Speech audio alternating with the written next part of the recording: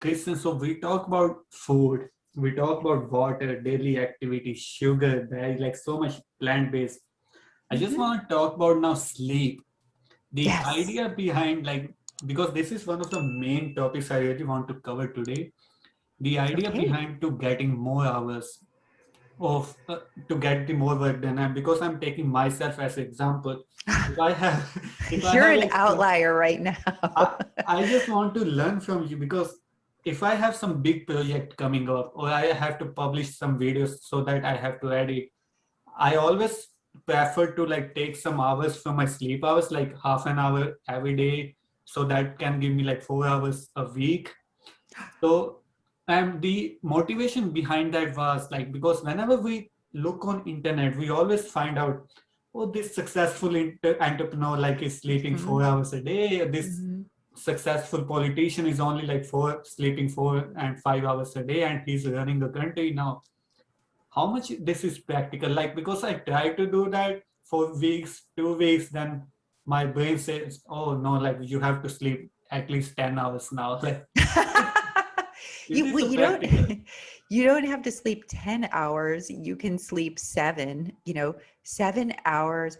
There was just a new study that was published. It was the Whitehall 2 study, and close to 8,000 participants, and they studied people in their 50s, 60s, and 70s. So over the course of 25 years and studied their sleep habits, they found those who slept less than 6 hours a night had a 30% increased risk of dementia. So now I'm going to teach you why that is. One of the there are so many important things that happen when we sleep, just from a restorative perspective, but from a brain health perspective, number one, sleep is the time when we take all of those things that we've learned during the day and what I call consolidate them into our long-term memory storage. So if you want to have a sharp brain and remember things, you want to get we have recently learned, I mean, it really started coming out in 2015 about the glymphatic system. So it's this system that's within the brain that helps to clear out abnormally folded proteins. It's like it helps us to get rid of anything in our brain that we need to. And it works more efficiently during sleep. So it's able to clear away these proteins, the beta amyloid proteins that can accumulate over time and lead to Alzheimer's. So you want to think about, it's just like you get up every morning and take a shower just to get clean. Well, when you sleep, you're getting that same cleaning, and you really want to get the at least the minimum of 7 hours of sleep to help with that brainwash. And number 3, sleep is a time when we work through the emotional challenges that we have during the day. Those people that get, less than 6 hours of sleep, the interrupted sleep, tend to have more issues with anxiety and post-traumatic stress and post-traumatic stress disorder. So you want to give your brain a chance to just work through it naturally while you sleep. So for all of those reasons, it's the continued sleep that's the most important. And as people get older, I mean, 50 to 70 million people have sleep disorders. Insomnia is one of the number one reasons why people have issues. Why do people have insomnia? Because they're stressed.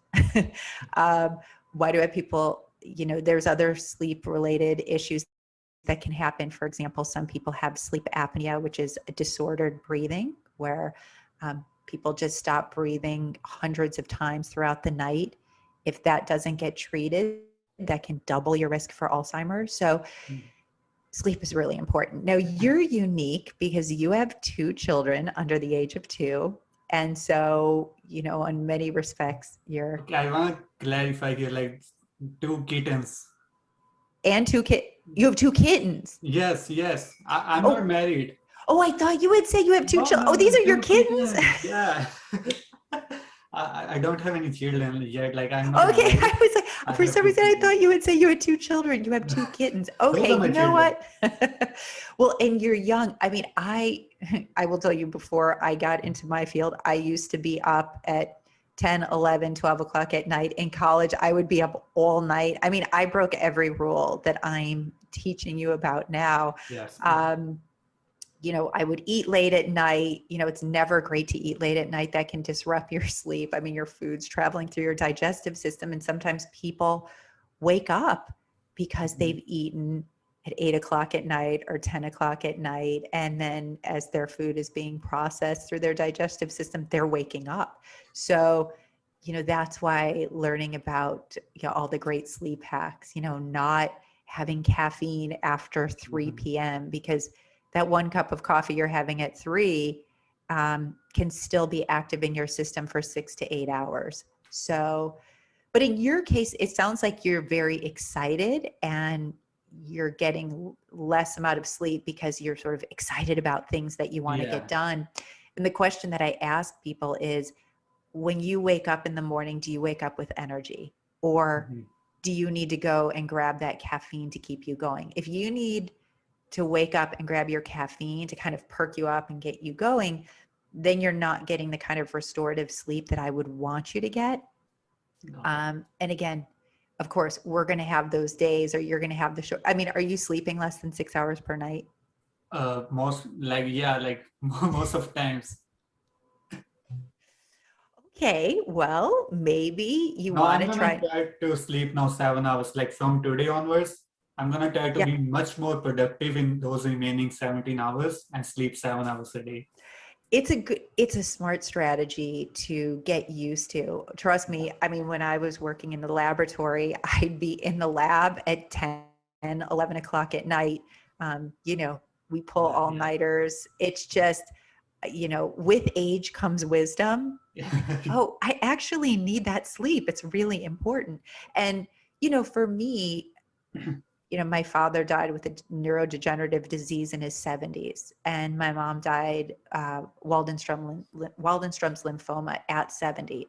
So I also take this very seriously. Like, I want to do everything I can to take the best care of my health that I can, so I don't have to struggle with these things when I get older. And because I've been in a clinical setting and seen so many people struggle, and I've seen them struggle at very young ages as well as old, it's a reason why I get excited about people making these changes.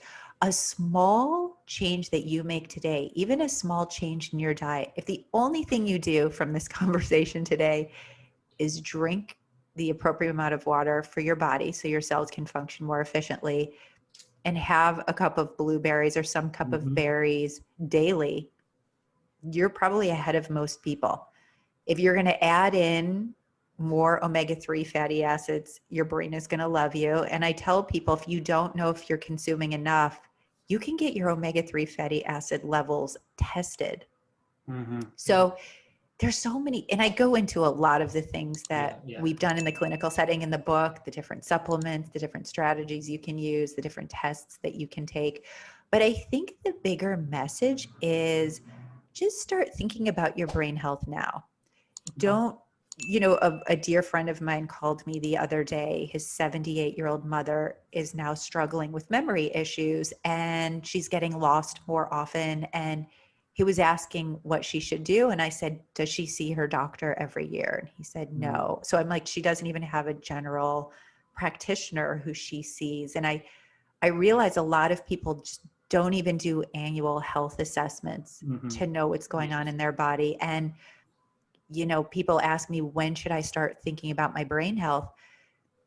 At the age of 40, just start getting annual cognitive assessments. If you have a family member, if Alzheimer's or Parkinson's runs in your family, just, see your practitioner, befriend a neurologist, go in and visit and have a very basic cognitive test done. You can do computerized tests, there's verbal tests, and just, you can mark it over time. We always say you can't change what you don't measure. And I think there's a lot of people, are becoming more conscious about their brain health.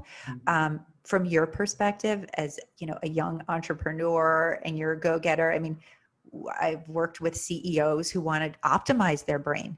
So this isn't about just preventing, degenerative processes from happening. It's actually, how do we up-level our brain? How do I take it to the next level? And you can look at your brain health from that perspective as well.